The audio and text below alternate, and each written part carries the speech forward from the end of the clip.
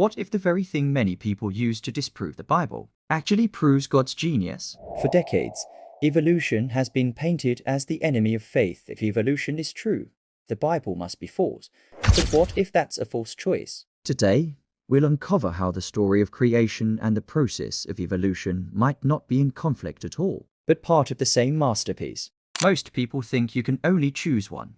Either the Bible's account of creation is literal to the last detail, Or evolution is true, and God had nothing to do with it.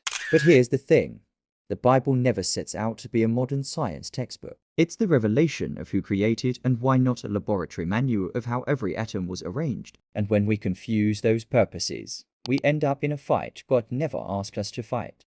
Yes, Genesis talks about 6 days of creation. But here's a question: when God said day, did he mean 24 hours by our clocks, or something bigger? Psalm 90:4 says, "1,000 years in your sight are like a day that has just gone by, and before the sun and moon were created on day 4.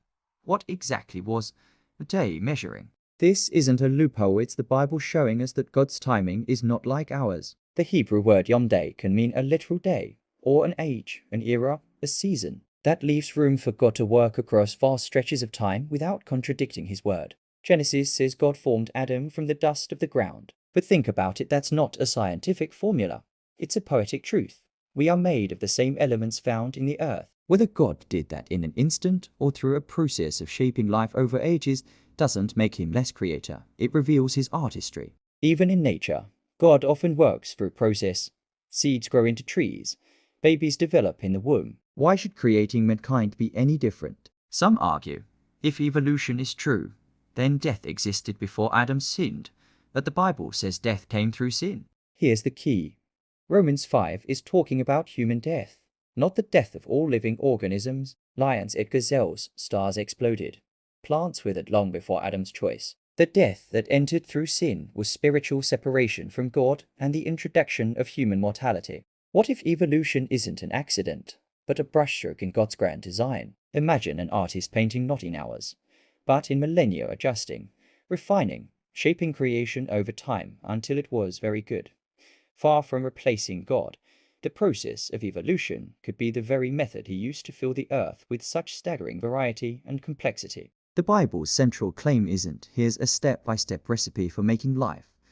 It's this: in the beginning, God created the heavens and the earth. That's the headline. Whether he created through instantaneous command or through a long, unfolding process, he remains the author. Faith in the Creator and acceptance of scientific discovery don't have to cancel each other out.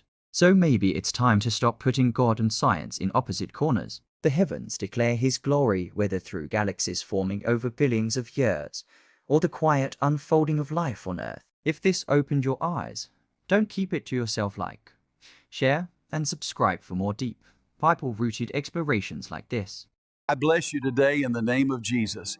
If you haven't already, go ahead and subscribe to the channel so you don't miss what God is about to do.